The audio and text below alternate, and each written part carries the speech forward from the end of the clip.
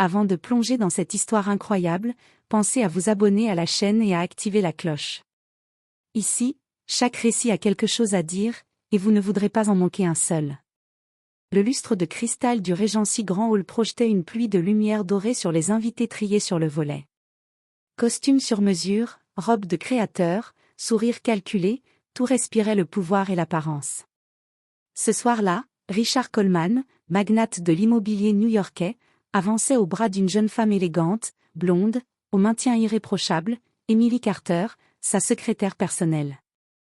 Les murmures commencèrent aussitôt. Quelle classe! Elle lui va tellement mieux. Richard esquissa un sourire satisfait. Pour la première fois depuis des années, il n'avait pas à supporter ses regards gênés, ses silences lourds, ses jugements à peine voilés. Car ce soir, il n'avait pas emmené sa femme. Chez eux, à quelques kilomètres de là, Angela Coleman se tenait debout devant le miroir. Sa robe noire, simple mais élégante, épousait parfaitement sa silhouette. Sa peau noire brillait doucement sous la lumière. Elle était belle. Digne. Silencieuse. Pourtant, quelques heures plus tôt, Richard lui avait lancé d'un ton sec.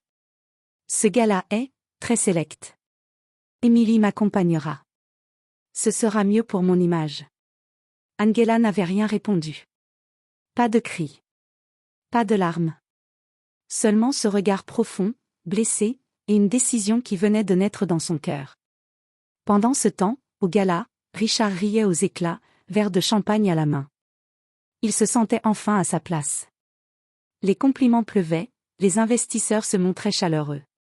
Emily jouait son rôle à la perfection. Mais ce que Richard ignorait, c'est que ce dîner de gala allait devenir la plus grande humiliation de sa vie. Car Angela n'était pas seulement sa femme noire, comme il osait le penser en silence. Elle était bien plus que cela.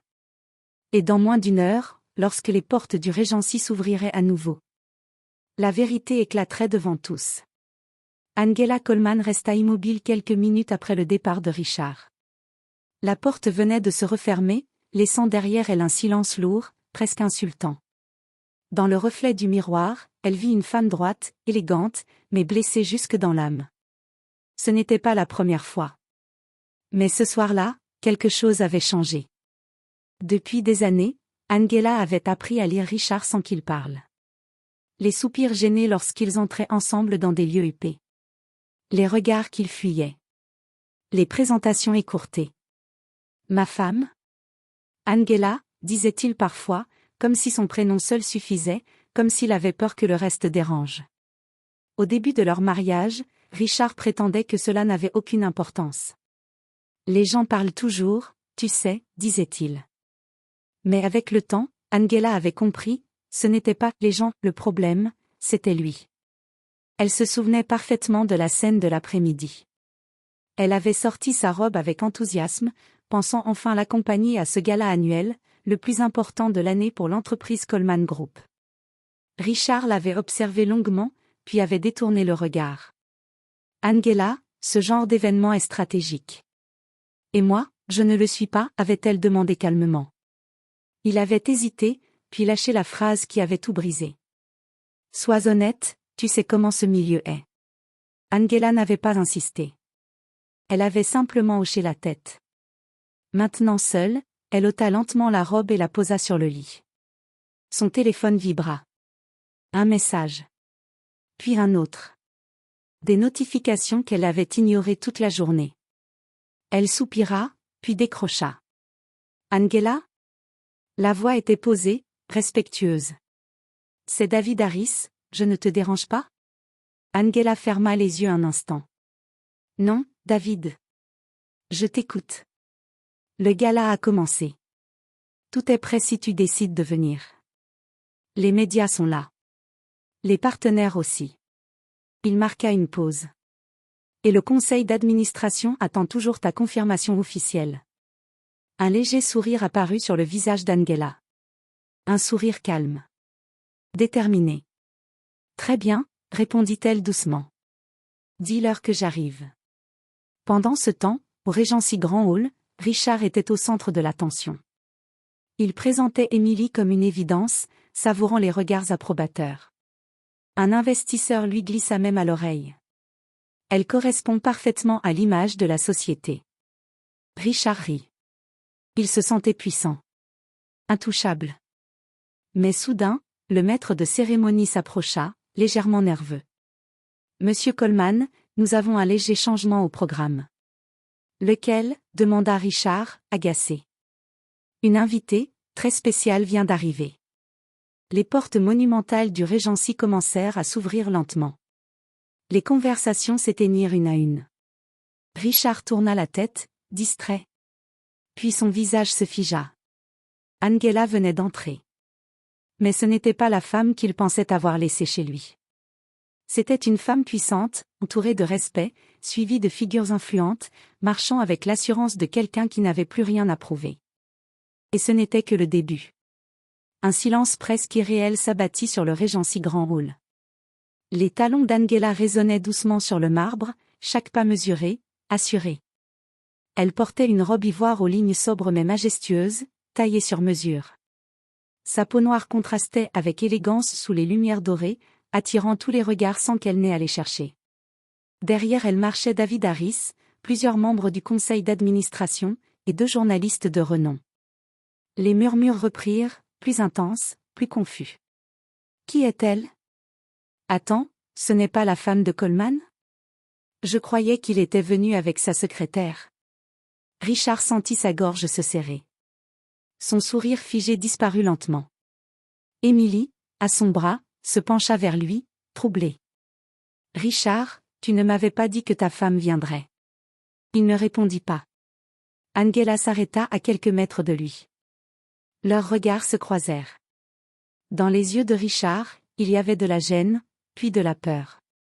Dans ceux d'Angela, aucune colère visible. Seulement une dignité glaciale. David Harris prit la parole, d'une voix claire qui traversa la salle. Mesdames et messieurs, veuillez m'excuser pour cette interruption. Il se tourna vers Angela. Nous avons l'honneur d'accueillir Madame Angela Coleman, cofondatrice du Coleman Group International et présidente du conseil d'administration. Un souffle collectif parcourut l'assemblée. Présidente? Cofondatrice? Attends. Richard n'est pas le PDG? Richard sentit le sol se dérober sous ses pieds.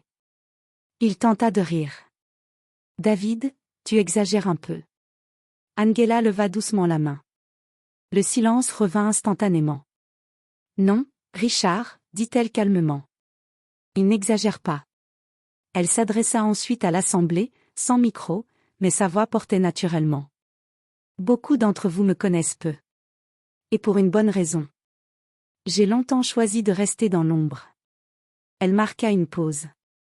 Mais ce soir, il m'a semblé nécessaire d'être visible. Les regards se tournaient désormais vers Richard. Émilie lâcha lentement son bras. Angela est celle qui a négocié nos plus gros contrats internationaux, ajouta David. Elle détient 52% des parts du groupe. Un murmure de choc parcourut la salle. Richard sentit la sueur perler sur son front. C'est un malentendu, balbutia-t-il. Ce gala n'est pas le moment pour des affaires internes. Angela s'approcha encore d'un pas. Au contraire, répondit-elle. C'est exactement le moment. Elle se tourna vers Émilie, qui baissa les yeux. Mademoiselle Carter, vous avez été invitée ce soir en tant qu'accompagnatrice. Rien de plus. Je vous remercie d'avoir tenu compagnie à mon mari. La phrase était polie. Mais la salle comprit la leçon. Puis Angela regarda Richard droit dans les yeux. Tu avais honte de moi à cause de mon apparence. Ce soir, ce n'est pas moi qui devrais avoir honte. Les flashs des caméras crépitèrent. Richard comprit alors une chose terrible. Il ne perdait pas seulement la face. Il était sur le point de tout perdre. Richard n'entendait plus rien. Les voix, les murmures, les cliquetis des verres, tout semblait lointain, étouffé, comme s'il venait de plonger sous l'eau. Son regard allait d'Angela aux membres du conseil, puis aux investisseurs qui, quelques minutes plus tôt, riaient à ses blagues. Personne ne riait plus. Émilie recula d'un pas, mal à l'aise. Je crois que je vais rentrer, murmura-t-elle. Angela hocha la tête avec courtoisie. C'est probablement la meilleure décision. Émilie quitta la salle sans se retourner, laissant Richard seul, exposé. David Harris s'avança de nouveau, un dossier élégant à la main. Mesdames et messieurs, puisque nous y sommes, permettez-moi de poursuivre. Il regarda Richard sans aucune hostilité, mais avec une fermeté implacable. Le Conseil a voté cet après-midi. À l'unanimité. Le cœur de Richard s'emballa. Voter pourquoi, demanda-t-il, la voix cassée. David ouvrit le dossier. Pour la révocation immédiate de Richard Coleman de ses fonctions de directeur général. Un choc. Un silence. Puis un brouhaha incontrôlable. C'est impossible, s'écria Richard. J'ai fondé cette entreprise. Angela s'approcha encore, à portée de voix. Tu l'as fondée avec moi. Mais pendant que je construisais des ponts, tu construisais une image. Richard tenta une dernière carte. Angela, on peut régler ça en privé. Nous sommes mariés. Angela le fixa longuement. Justement. Elle se tourna vers les invités. Le Coleman Group continuera. Plus fort. Plus juste. Mais il ne sera plus dirigé par quelqu'un qui confond valeur humaine et apparence. Les investisseurs hochèrent la tête. Certains applaudirent discrètement. Richard sentit ses jambes trembler. Tu ne peux pas me faire ça. Tu détruis tout. Angela répondit sans élever la voix. Non, Richard. Je mets fin à ce que toi, tu détruis depuis des années. Elle fit signe à la sécurité. 2 agents s'approchèrent, respectueux mais fermes. Monsieur Coleman, veuillez nous suivre. Richard lança un dernier regard autour de lui. Aucun allié. Aucun regard compatissant. Seulement le reflet de ses propres choix. Alors qu'il quittait la salle, Angela prit place sur l'estrade. Le maître de cérémonie, encore sous le choc, lui tendit le micro. Mesdames et messieurs, dit-elle. Merci d'être témoins ce soir non pas d'une humiliation. Elle marqua une pause. Mais d'un réveil. Les applaudissements éclatèrent. Angela savait pourtant que le plus difficile restait à venir. Car perdre son poste était une chose. Mais perdre son épouse, et affronter le monde sans elle. Pour Richard, c'était une chute dont il ne se relèverait pas facilement. Le régent si grand hall retrouva peu à peu son souffle. Les invités, encore sous le choc, reprenaient place, mais l'atmosphère avait changé. Ce n'était plus un simple dîner de gala. C'était devenu un moment historique. Angela se tenait droite sur l'estrade, le micro à la main.